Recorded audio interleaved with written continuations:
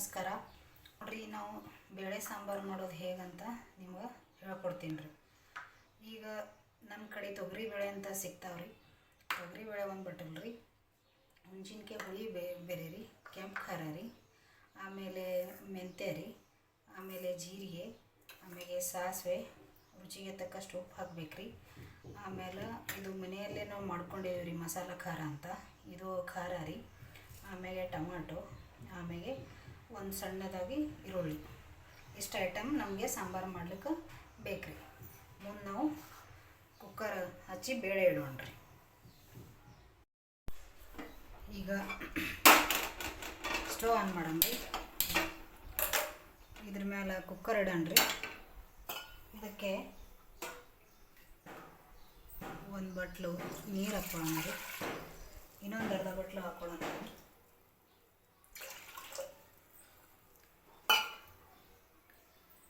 ಆಮೇಲೆ ಇದಕ್ಕೆ ಬೇಳೆ ಹಾಕ್ಕೊಳ್ಳೋಣ.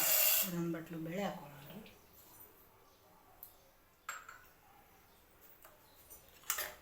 ಇದಕ್ಕೆ ಹೆಚ್ಚಿಟ್ಟ ನಾವು ಒಂದು ಟೊಮಾಟೊ ಹಾಕ್ಕೊಳ್ಳೋಣ ರೀ. ಎರಡನ್ನೂ ಹಾಕ್ಕೋಬೋದು ರೀ, ಒಂದೂ ಹಾಕ್ಕೋಬೋದು ರೀ.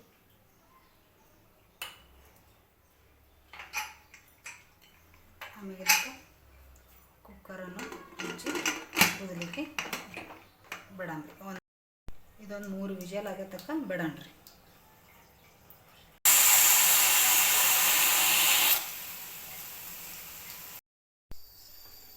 ಇದು ಆಗ್ಯದ್ರಿ.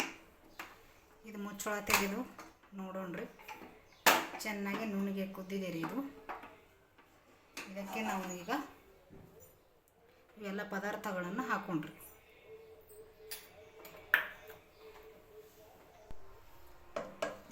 ಚೆನ್ನಾಗಿ ಮಗಚೋಣ ರೀ. ಇದು ಮಗಚಿದಾಯಿತು. ಇದಕ್ಕೆ ಈಗ ನಾವು ಒಗ್ಗರಣೆ ಕೊಡೋಣ ರೀ.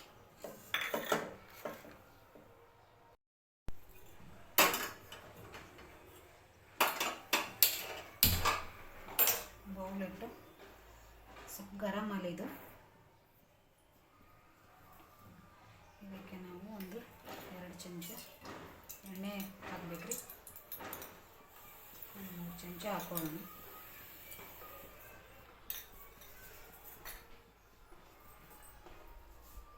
ಗರಂ ಆದ ನಂತರ ಇದಕ್ಕೆ ಸಾಸಿವೆ, ಜೀರಿಗೆ,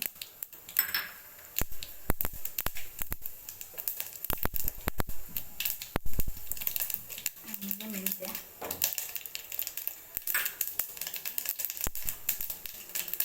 ಚಟಪಟ ಆದ ನಂತರ ಈರುಳ್ಳಿ ಮತ್ತು ಕರಿಬೇವು ಕೂಡ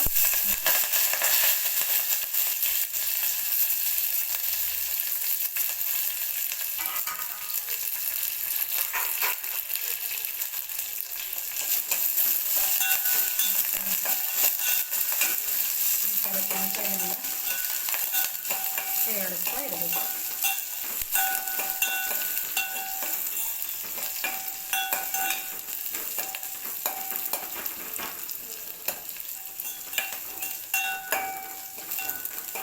ಮೆಂತ್ಯ ಹಾಕೋದ್ರಿಂದ ನಿಮ್ಗೆ ಆರೋಗ್ಯಕ್ಕೆ ತುಂಬ ಒಳ್ಳೆಯದಾಗ್ತದೆ.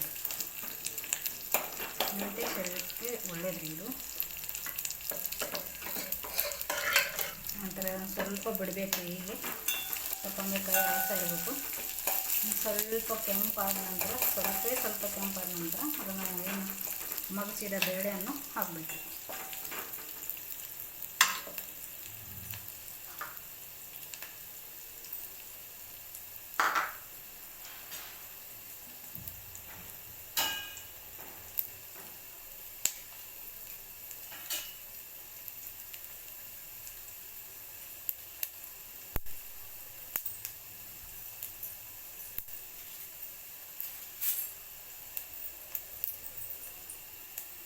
ಒಂದು ಸ್ವಲ್ಪ ಅರಿಶಿಣ ಹಾಕಬೇಕು. ಆಮೇಲೆ ಕಲರಿಗೋಸ್ಕರ ಸ್ವಲ್ಪ ಕೆಂಪು ಖಾರ ಹಾಕಬೇಕು.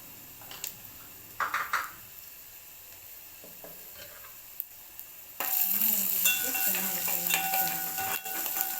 ಹಾಕಿಸಿದ ನಂತರ ಇಲ್ಲಿ ನಮ್ಮದು ಬೇಳೆ ಮಿಕ್ಸ್ ಇದೆಯಲ್ಲ ಇದನ್ನು ಇದ್ರ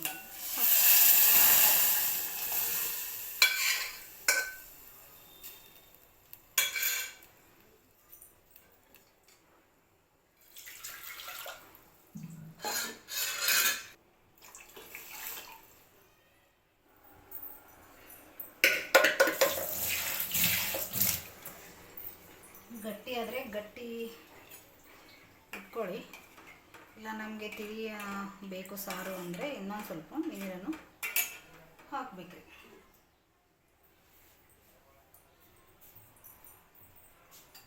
ನೀರು ಬೇಕಾದರೆ ಇನ್ನೊಂದು ಸ್ವಲ್ಪ ಆ್ಯಡ್ ಮಾಡ್ಕೊಳ್ಳಿ.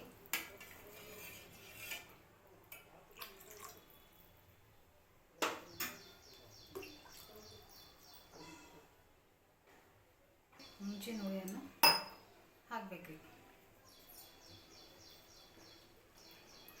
ನಾನು ಮುಂಚಿನ ಹುಳಿ ನೆನೆಸಿಟ್ಟಿದ್ರಿ, ಇದಕ್ಕೊಂದು ಸ್ವಲ್ಪ ಈ ಥರ ಕಿಚ್ಚಿ ನಮ್ಗೆ ಎಷ್ಟು ಹುಳಿ ಬೇಕೋ ಅಷ್ಟು ಹಾಕ್ಕೊಟ್ರಿ.